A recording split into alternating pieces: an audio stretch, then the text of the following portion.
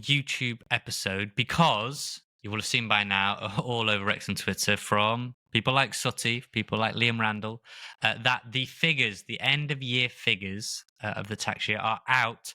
Wrexham, Rich, have made a lot of money is the first point. And they've spent a lot of money. So I thought myself and Rich could have a quick little chat to talk about how much money they made, where is the money coming from, what does it suggest about the future, and how important is the documentary to the revenue stream. So, Rich, two videos this week, busy, but on the face of it, the figures that we've seen, Wrexham's turnover is, frankly, for a club, remember these figures are for League Two, is frankly unbelievable. Oh, it's obscene. And again, this is when people say, Wrexham are ruining football. No, they're revolutionising football, whether you like it or not. These are staggering amounts of money, and it shows that there is a demand there. I think that, from our point of view, we always try and sort of bang the drum and say, well, look, it is working. The global growth of Wrexham cannot be ignored whatsoever. And people say it's some sort of vanity project, or what do Rob and Ryan really want from it all? Well, look, their debts they've now been paid off as well. That's what the figures have shown. Was that to the tune of? To the tune of about 11 million. 11 million. So their loans have been paid off, which I think you've got to understand that these figures are sort of pre-Allen family, really. So I think it's come out of the club. I think that's a huge move and a positive one, that any loans, because that was always a stick to beat Wrexham with previously. It was like, well, a finance expert saying, well, look at how much they owe and what's going to happen when Rob and Ryan come calling for it. That's gone now. Forget that. They've been, the club have been able to pay them out and pay that back, and they're still generating. Let's go through some of the figures then, Rich. Turnover for the year in League Two was 26.725 million, which in 2023, the turnover was 10.478 million. So an extra 16 million, 16 and a bit million. That is insane. And again, and the fact that it's easily doubled and then a bit more, almost like 150% from my poor maths there. It is exceptional. Again, this is for me, what makes Wrexham so different to other lower league teams who have had these cash injections in the past, who have made, big losses, but they make, there is almost no longevity to some of those projects because they will never have the global appeal. They will never have that core fan base. They don't have that to rely on. And obviously there will come a point where Wrexham maybe do need to be a bit more careful financially. But that comes when you're looking to settle and it comes to be a bit more sustainable as a club. Right now, we're still in the growth period, and the growth is exponential right now. Rob and Ryan have said, look, if you can get to the Premier League, why would that not be your aim? I'm sure if we ever got to the Premier League, Rob and Ryan would say, you can get to the Champions League, why would that not be your aim? And if we go to the Champions League, they'll probably say, a Club World Cup would be fun, wouldn't it? So this is the reality Wrexham live in right now. And at this moment in time, it all does feel possible. And, when people will come and say, because you can just tell that the headlines will be very negative for some people, saying Wrexham have now made this much loss. Wrexham are losing this much a year. That will be what some people hook it on. But for me, I see it as encouragement because so many football teams have lost. And in our day job, we both cover a football team that's £1 billion in debt. Wrexham's numbers don't alarm me whatsoever, particularly because there is a clear ambition for them to become a top football team and for them to become North America's football team, which I know will annoy some MLS supporters and lots of people in North America who support Mexican teams as well. But go ahead, Rich, carry on. But this is just, for me, it just says that the project is working. It clearly is having that impact that they want it to have. And it's fascinating as well, Nath, that if you break it down, 52% is coming from the rest of the world? Yeah. And largely North America, right? That is staggering. For it to have that sort of impact, because obviously we live in this sort of isolated bubble. We only see sort of the domestic impact mainly. We've both been fortunate enough to go in pre-season. We have been to the States. We've met so many fantastic worldwide fans, and of course, I know it'll annoy a few. It isn't just North America. There's some fantastic supporters all across the world. All over Asia, South America as well. Aussies. Yeah, great. Yeah. But it is staggering because this proves there is actual cut through there. And was it this week? I think there was an advert for Wrexham Lager outside Wrigley Field. Yes. Yeah. That doesn't happen. I don't remember Forest Green Rovers and sort of Salford City having these massive billboards in the US, it shows that this project really is working. And sometimes we can't really take in just how much of a global impact and global rise Wrexham have had. Well, Rich, we play, and we've obviously done our main podcast. Go listen to various talking points in that. But we spoke about Cambridge, playing Cambridge on Tuesday, and recently I think they announced a short documentary series on Cambridge with CBS, the American channel. And all I say to that is imitation is the greatest form of flattery. People scoffed at Welcome to Wrexham.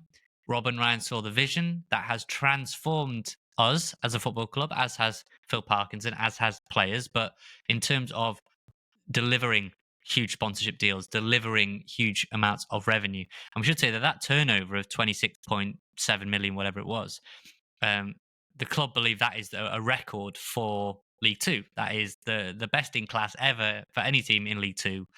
And on Welcome to Wrexham, it was noted in kind of club brief that the popularity of Welcome to Wrexham, which is huge, which I still speak to people and they say, oh, I know you're a Wrexham fan. I watched the documentary. I loved it. And I put it on for the family. The kids don't like football, but they loved it. Or my grandparents don't like football, but they watched it and absolutely loved it.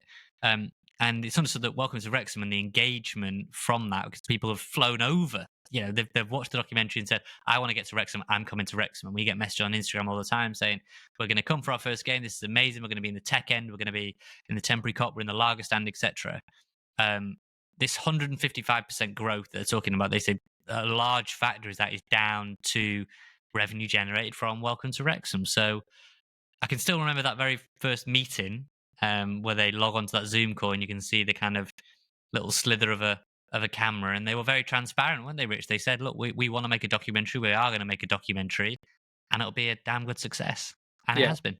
And again, it's a documentary done in the right taste. It's not one mocking them. There might be two people from great comedy backgrounds, but it's not, hey, look at these poor people in North Wales. They've got a crap football team. Let's try and make it North American. And I'll be honest, I thought that initially. I thought it was going to be, for want of a better phrase, like poverty, glorification, or the phrase of poverty porn type thing, where you almost like a zoo. You're like looking at these people. Look how these people live. Yeah. And when I saw the end result, I almost felt bad for thinking that, because it couldn't have been further away from that. But you're naturally skeptical, aren't you? You just think, like, oh God, is it just going to be like, look at what a dump of a place this is, and we're going to come in and ride in and make it great? But what it has done is opened commercial doors that, I mean, you maybe can go through some of the other figures, Rich, but there's some of the figures and deals we've been able to do. United Airlines and TikTok previously, and M&S, and it just all sorts of stuff that previously we just would not have been able to have agreed or got anywhere even at the same table as. Yeah, it's also worth noting that the loss, the £2.7 million loss, £800 million of that was incurred at a cost. Whoa, 800,000, not 800 million. Let's. 800,000. 800 million. We'd probably have to go live on every social media if we made an 800 million pound. We actually might have to stop the podcast. The £800,000. So £800,000 of that. So it takes the total loss basically to 2 million in that regard. Was just from direct promotion to League One. So that would have been bonuses and the things like that have to be paid out and things of that nature. And Rich, the year prior, losses were like double, were they, or they were close to that? Yeah. Something like that. The loss before was 5.1 million. Yeah, there you go. So, it shows that there is a momentum there, and the quirk would be if Wrexham were to get promoted again, because you have to have a much bigger financial outset to begin with. So the losses will probably creep up again as a result of that, because it'd be a bigger sort of gulf to cut down. But it's very encouraging on that regard for Wrexham, and it's an investment. No business just starts making money straight away. And again, football as business is a very complicated industry anyway. It's the old adage that you sort of have is, don't buy a football club. That is just what people are told who have a lot of money, because it loses you money. But it shows that Wrexham are getting better at controlling those losses anyway. Of the 26.72 million turnover, sponsorship revenue increased from 1.8 million to 13.1 million. That's mad. While retail revenue also grew from 3.4 million to 4.4 million. And match day revenue this is the interesting one for me because sponsorship and retail revenue, I think, will just continue to grow. I think that's certain to happen. Matchday revenue has gone up to 5 million from 3.12 million. Wow, that's amazing. But the quirk is we're investing now in the stadium and having a new stand, which long term will be the moneymaker for the club. It means we can host international events, have concerts again. The way the pitch is orchestrated, you can have parking, you can have corporate events. That is a huge moneymaker for Wrexham, having the Cop stand done and then further upgrades to the racecourse. But what it means is you take the short term hit because we've already had to reduce ticket numbers for the remaining home matches this season after the Burton game, I believe. Yeah. And then for next season, that's what 500 less seats, and then yeah, from next season you're losing. What has that end been? 3,500 or something like yeah. that. Which with match day God. revenue and how much tickets cost, and particularly because none of those are season tickets, they are all sort of unique purchases per game. You then next season match day revenues will likely plummet because there won't be that fan zone behind that stand either. You won't have those ticket sales, so that's one to keep an eye on. And again, But maybe in a year's time, there'll be headlines saying Wrexham have been promoted to the Premier League, but matchday revenues have dropped to an all-time low. But that'll be for this Yeah. season, though, won't it? Though the Oh, next season's sorry, yeah. next season's Maybe accounts 2 will years time, be. yeah. So in a couple of years' time, we might see. But who knows? By that point, we might be in the Champions League. We might not be worrying. Yeah. But on retail revenue, I still think they've made huge strides. What you say, it's gone up from 3.4 to 4.4 million extra million, and that's still without having what I think is that US distribution or multiple US distribution hubs. That isn't that is still taking out merchandise on the tour.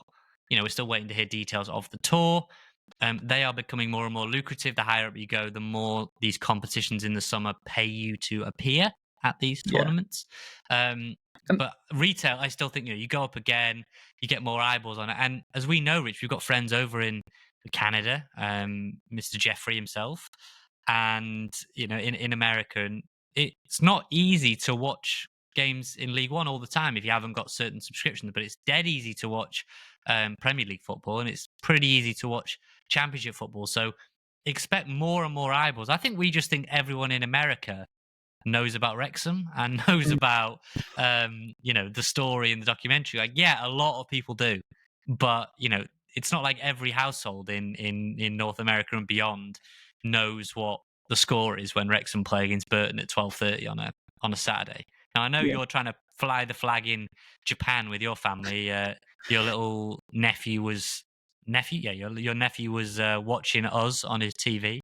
But again, I still think that's another market that retail over there could be. So I look at that number and think 4 million. That's great. That's amazing. But that doesn't fill me with dread of like, oh, can we get that again? And that actually fills me with excitement to be like, that could be 10 million in a couple of years or Easily. whatever. And I think as well, the other aspect is it's all a work in progress. And again, these numbers are from last season in League Two, where it's still a bit of an experiment of how many shirts do you order, just how big are we? We don't want to almost, to be very vulgar, shoot our load too quickly. You want to sort of see what the growth is and then make educated investments on the top of that. It isn't just about buying hundreds of thousands of shirts and not being able to sell them. You have to make smart business decisions as you go along and then take some calculated risks. We're now at the stage where I think we could do that more so. And also in terms of sponsorship revenue, we've now got this platform where we can say, well, look, the growth is this big. We are now seeing, we're known to this many people in North America, we can actually charge you even more than we were getting previously. So I expect most of these fancy numbers to grow even more in the years ahead. And I would not be surprised if they're all,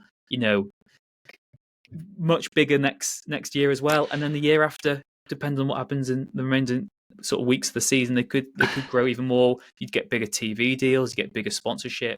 Obviously, that's huge. TV deals are huge. The one thing I'd maybe be hesitant and slightly worried for, Nath, is as we mentioned with the match day revenues, which would in the next few accounts, maybe 2 years time accounts, will drop because the stand will be going away. Is there a way they try and subsidize that by putting ticket prices up again? I do think that ticket prices, in terms of my season ticket, is very fair at the race course at the moment. You look at other football clubs. What are you paying? What are you paying now, Rich? What are you paying now for your season ticket, roughly?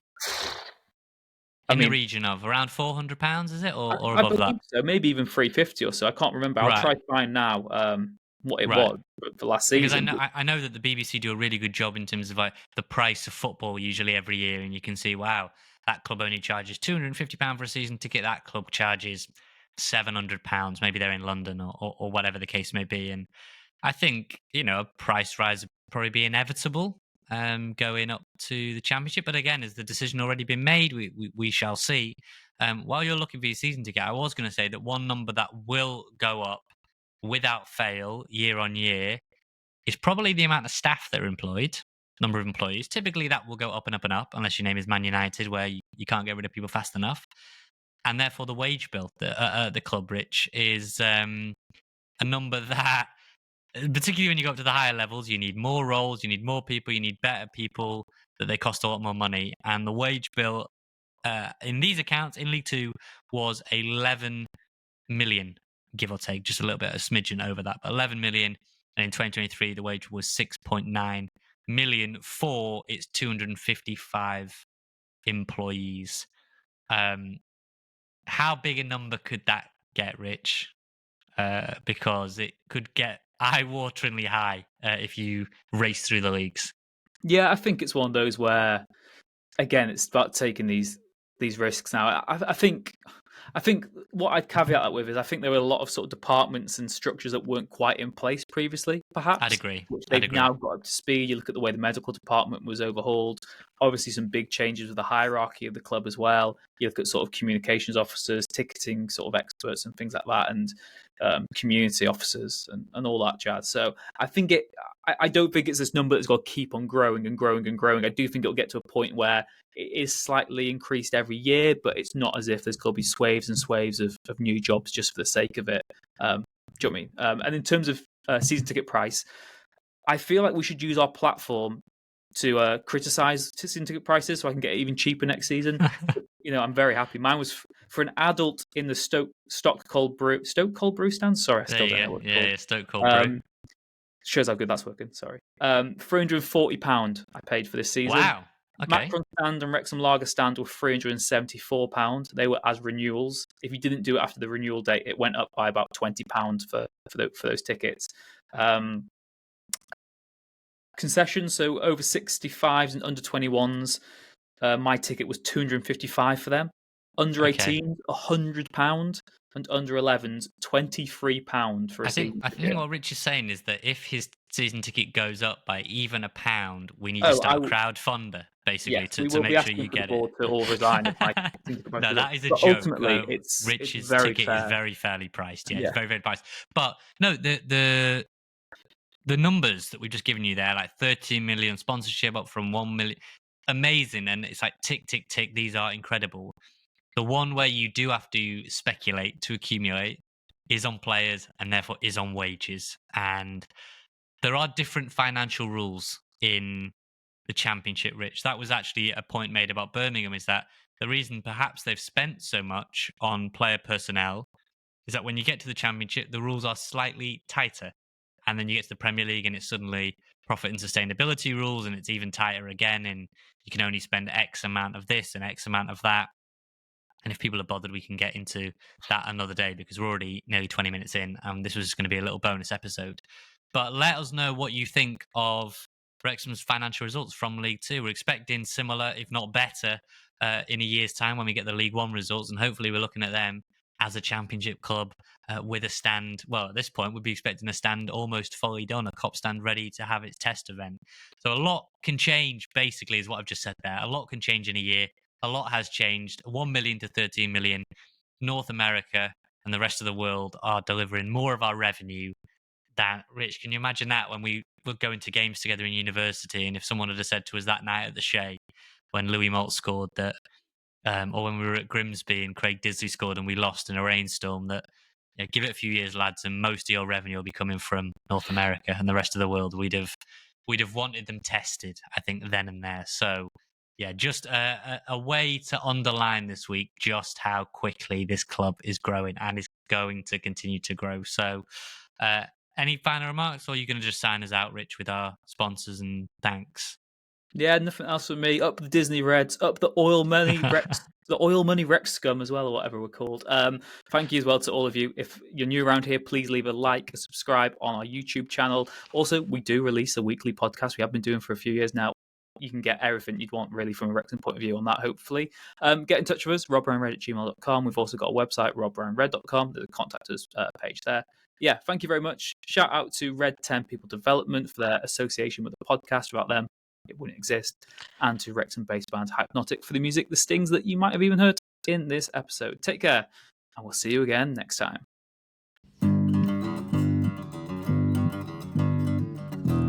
The Wrexham AFC podcast with Nathan Salt and Rich Bay.